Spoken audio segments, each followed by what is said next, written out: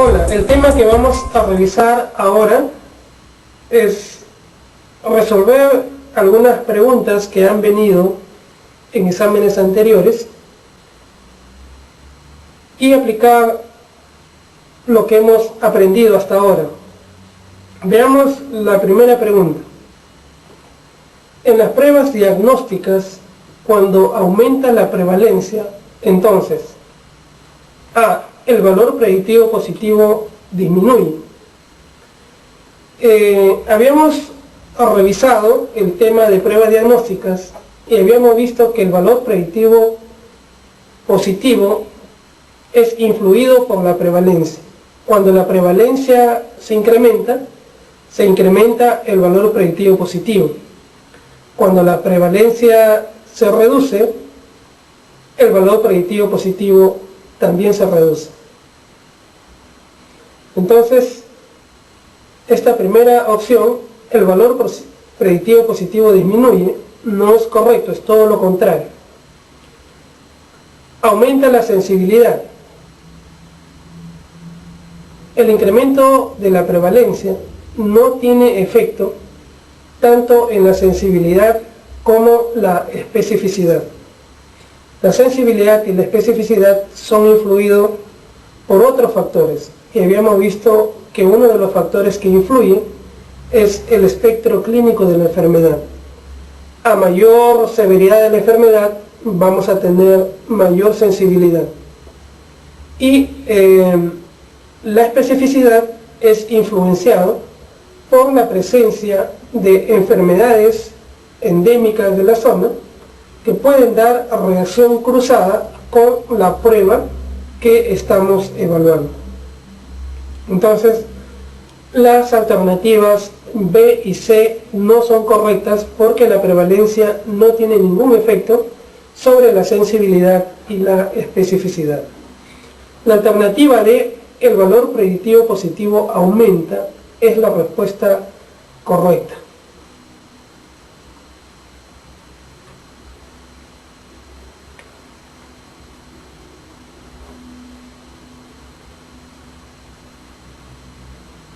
Segunda pregunta.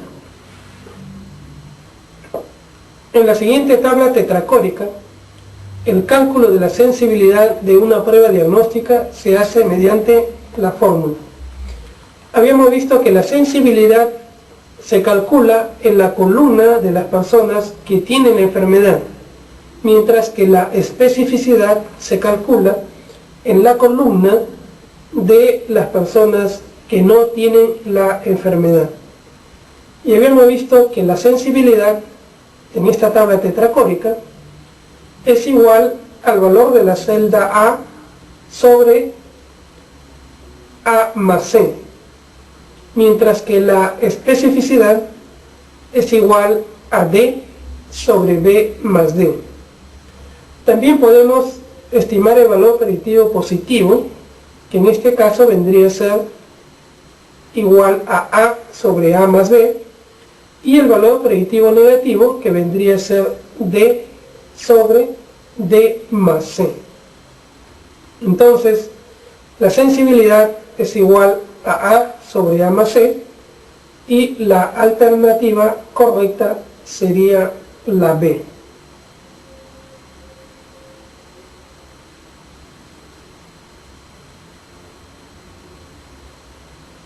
Tercera pregunta. Se evalúa una prueba diagnóstica para enfermedad de Alzheimer. Los resultados son, y lo vemos ahí, pacientes con enfermedad de Alzheimer, 500, sin enfermedad de Alzheimer, 500. La prueba diagnóstica son en total 600 que son positivos a la prueba diagnóstica y 400 que son negativos. En total, 1000 pacientes. La pregunta es, ¿el valor predictivo positivo de la prueba es? Entonces, para estimar el valor predictivo positivo, se realiza en la fila de las personas que tienen la prueba diagnóstica positiva.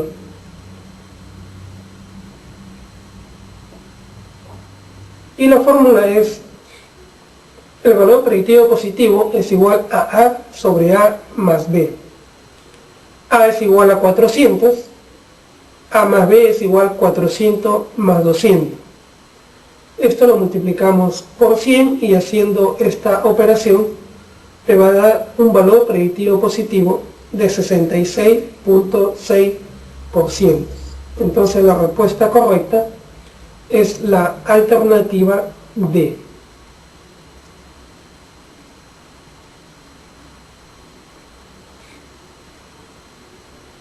Siguiente pregunta. La probabilidad de tener una enfermedad si el resultado de la prueba diagnóstica es positivo se llama especificidad. La especificidad habíamos visto que era la capacidad que tiene la prueba de poder identificar de manera correcta a las personas sanas. Valor predictivo negativo es la capacidad que tiene la prueba, es la probabilidad de que una persona no tenga la enfermedad dado que la prueba ha sido negativa. El valor predictivo positivo es la probabilidad de que una persona tenga la enfermedad dado que su prueba diagnóstica ha sido positiva. Entonces, la respuesta correcta en este caso es la C. La sensibilidad es la capacidad que tiene la prueba de poder identificar de manera correcta a las personas que tienen la enfermedad. Y la concordancia es una alternativa distractora.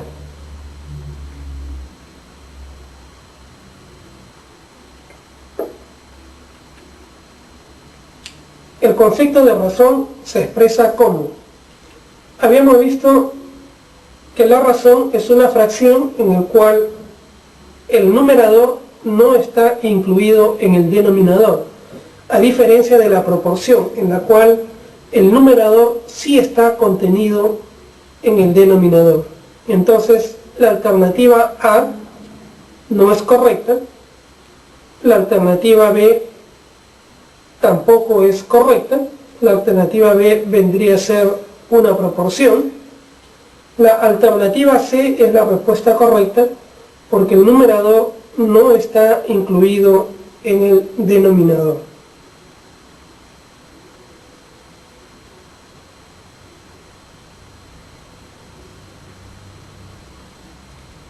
¿Cuál de los siguientes es el mejor índice para hacer las comparaciones internacionales? A. La razón de mortalidad proporcional. La razón de mortalidad proporcional se obtiene al colocar en el numerador la proporción de muertes causadas por una enfermedad X en una población de estudio. Y en el denominador colocamos la proporción de muertes causadas por una enfermedad X en una población de referencia. Por ejemplo, si nosotros quisiéramos calcular la razón de mortalidad proporcional de las neumonías en Huancavelica, pondríamos en el numerador la proporción de muertes causadas por neumonías en niños menores de 5 años en el departamento de Huancavelica, que vendría a ser la zona de estudio, y en el denominador colocaríamos la proporción de muertes causadas por neumonía en una población de referencia que podría ser la población de Lima o la población del Callao. Cualquiera de las dos podría ser una población de referencia. Entonces, esta razón entre estas dos proporciones de muertes causadas por neumonía en la población de estudio y en la población de referencia se conoce con el nombre de razón de mortalidad proporcional. Este es un índice que no me permite hacer comparaciones internacionales. La siguiente alternativa es la tasa de mortalidad ajustada para la edad. Esta es una tasa que sí permite hacer comparaciones internacionales. Cuando una enfermedad determinada produce en una población X una tasa de mortalidad. Esa tasa de mortalidad para esa población de estudio va a ser diferente a la tasa de mortalidad en otra población de estudio en otra zona. Por ejemplo, siguiendo con el ejemplo del departamento de Huancavelica, la tasa de mortalidad infantil en el departamento de Huancavelica es diferente a la tasa de mortalidad infantil en el departamento de Lima. Sin embargo, ambas tasas no se pueden comparar de manera directa.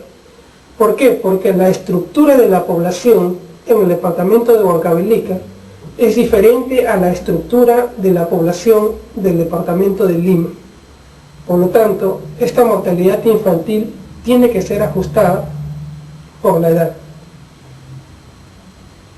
En este caso sí podríamos comparar la mortalidad infantil entre estas dos poblaciones, la de Huancavelica y la del departamento de Lima. Si queremos hacer comparaciones internacionales, tenemos que utilizar tasa de mortalidad ajustadas, también llamada tasa de mortalidad estandarizadas, ya sea por la edad o ya sea por sexo, que son las dos variables para las cuales más frecuentemente se ajustan las tasas de mortalidad. La tasa cruda de mortalidad no es un índice que permite hacer comparaciones internacionales, es simplemente el número de muertes que se producen por todas las causas sobre la población en la cual se está haciendo el estudio. La tasa de mortalidad específica por causa es el número de muertes producidas por una enfermedad determinada, por ejemplo, tasa de mortalidad específica por cáncer de cuello uterino, por cáncer de pulmón, por neumonías en niños menores de 5 años, etc. Y la tasa de mortalidad específica por sexo es igual que la anterior, pero producidas en un sexo determinado. Entonces, de todas las opciones, la respuesta correcta sería la B, la tasa de mortalidad ajustada para la edad. Cualquier tasa ajustada permite hacer comparaciones nacionales o internacionales. Si las tasas no están ajustadas, no se puede hacer comparaciones. Esa es una regla.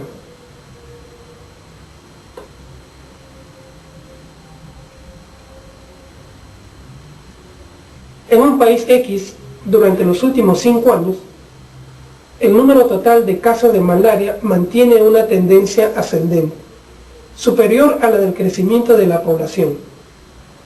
Este cambio anual en la frecuencia total de la malaria tiene su origen en la modificación de la alternativa A es incidencia. Como sabemos, la incidencia es el número de casos nuevos. Esta vendría a ser la respuesta correcta porque se están presentando casos nuevos que están incrementando el número de casos de malaria. La letalidad es el número de muertes producida por una enfermedad determinada, en este caso el número de muertes que se produce como consecuencia de la malaria entre las personas que tienen la enfermedad. La mortalidad es el número de muertes producidas por la malaria, pero poniendo en el denominador la población total. El riesgo atribuible es la diferencia entre la tasa de incidencia en la población expuesta menos la tasa de incidencia en la población no expuesta, simplemente una diferencia de las tasas de incidencia. Y el riesgo relativo es la razón de la tasa de incidencia en expuestos sobre la tasa de incidencia en no expuestos. Entonces, la respuesta correcta es la alternativa A.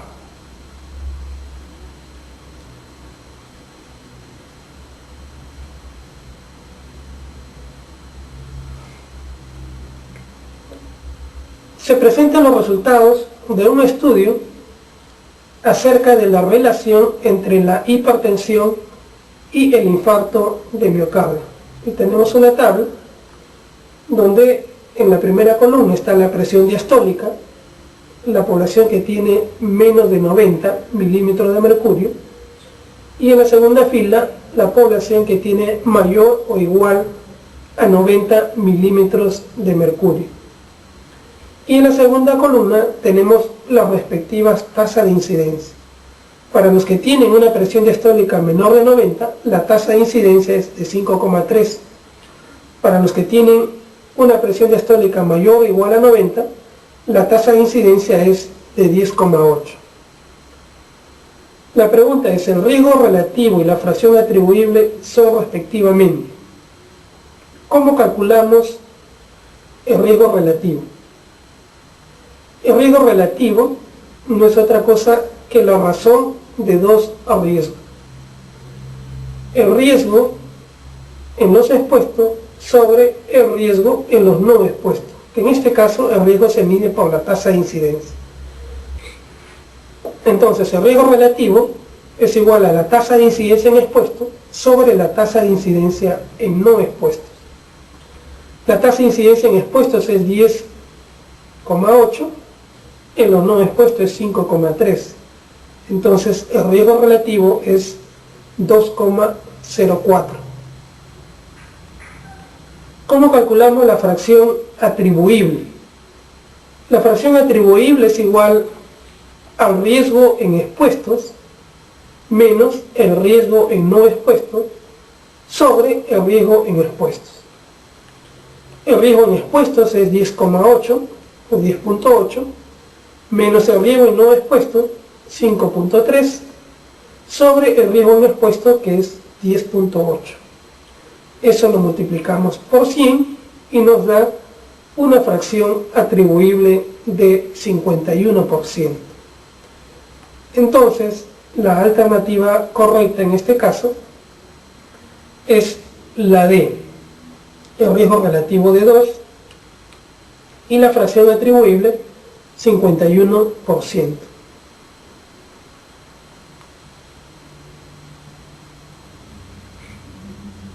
El test estadístico que se utiliza para probar una hipótesis nula con respecto a la media de una población menor de 30, pero que no sigue una distribución normal, es A, la prueba de Kruskal-Wallis. ¿Cuándo utilizamos la prueba de Kruskal-Wallis? En este caso, tenemos algún tipo de muestra que es independiente. Vamos a comparar una media, que es una variable dependiente de tipo cuantitativa, y es una sola muestra, es una población de menos de 30 sujetos. Entonces, en la tabla que yo les había presentado, es una tabla que sirve para comparar cuando tenemos dos o más muestras. Y en esta tabla vemos que la prueba de Kruskal-Wallis la vamos a utilizar cuando estamos frente a una muestra independiente, una variable dependiente de tipo cuantitativa, cuando queremos comparar dos muestras, y además cuando queremos comparar dos o más muestras, y además la distribución de los valores no es una distribución normal. En este caso vamos a utilizar el test de Kruskal-Wallis, que es una prueba no paramétrica alternativa a la prueba paramétrica de la ANOVA, ¿no? El análisis de varianza. La segunda alternativa es la prueba de Wilcoxon. La prueba de Wilcoxon, en la tabla que les había presentado, la vamos a utilizar cuando tenemos una muestra pareada, el tipo de la variable dependiente es cuantitativa, tenemos dos grupos para comparar y la distribución de la muestra no tiene una distribución normal. Entonces, tampoco es esta alternativa. La siguiente alternativa es la prueba T, la T de Student. Y la T de Student es una de las pruebas estadísticas más utilizadas. La podemos utilizar para comparar medias, una sola media, o cuando queremos comparar dos medias. En este caso nos dicen que la población es menor de 30 y que no sigue una distribución normal. La prueba T de Student es la única que se puede utilizar cuando tenemos una población pequeña, una población menor de 30, independiente del tipo de distribución que tenga. Si la distribución es normal o la distribución es asimétrica, no interesa. En este caso, la única alternativa que tenemos es la prueba T de Student. Entonces, en esta pregunta, la alternativa correcta sería la C, la prueba T de Student.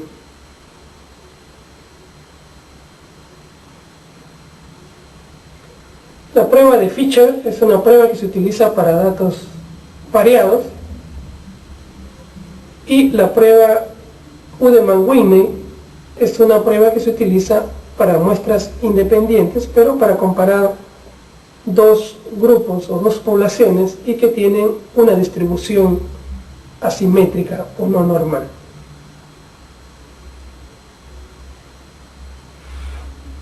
Se desea determinar el peso de escolares. 5 personas con 5 balanzas procedieron a realizar el pesaje, previa calibración antes de cada pesaje. El sesgo que se puede producir es sesgo de confiabilidad del observador, de validez, de consistencia o del instrumento. En general les había comentado que los sesgos se clasifican en dos grandes grupos: sesgo de selección y sesgo de medición. De las alternativas que vemos, no hay ningún tipo de sesgo de selección, pero sí observamos sesgo de medición, sesgo del observador y el sesgo del instrumento. Pero como las balanzas han sido calibradas previamente, quiere decir de que no hay sesgo del instrumento. Lo que no se ha estandarizado son los observadores, es decir, los que van a medir con las balanzas, las personas que van a medir con las balanzas. Entonces, el sesgo que se va o que se puede cometer en este caso es el sesgo del observador.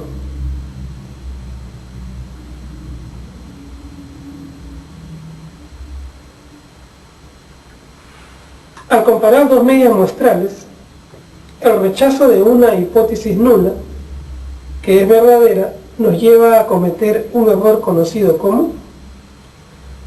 Les había mostrado una tabla en el cual estaban los diferentes tipos de error.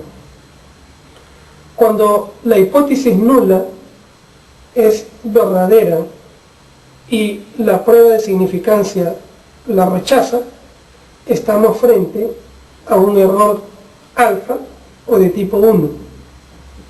Y cuando estamos frente a una hipótesis nula falsa y la prueba estadística no la rechaza, estamos frente a un error tipo beta o un error tipo 2.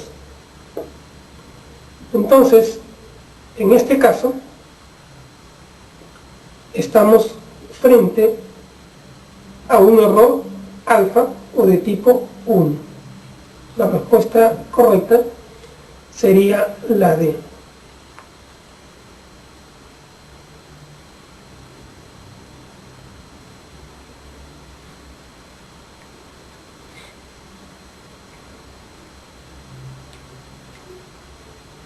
En la prueba de hipótesis, el investigador comete un error de tipo 2 o beta cuando no establece el nivel de significancia, no tiene nada que ver con el tipo de error, no rechaza la hipótesis nula, siendo la hipótesis nula falsa,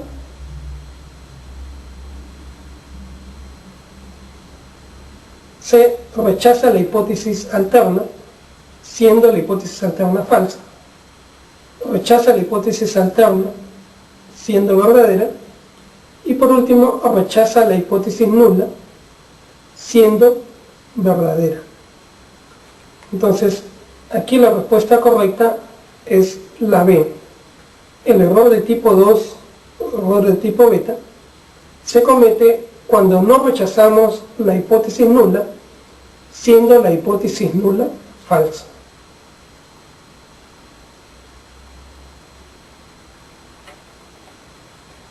En relación al muestreo, las características que permiten definir la población que participa en un estudio son los llamados criterios de exclusión, admisión, selección, aleatorización o de inclusión.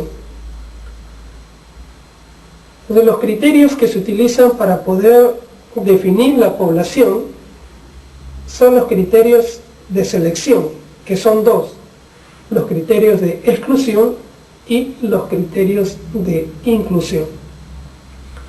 Los criterios de inclusión se van a aplicar a cada uno de los elementos de la población, y aquellos elementos de la población que cumplen con los criterios de inclusión le aplicamos los criterios de exclusión. Entonces, aquí la respuesta es la alternativa C, los criterios de selección.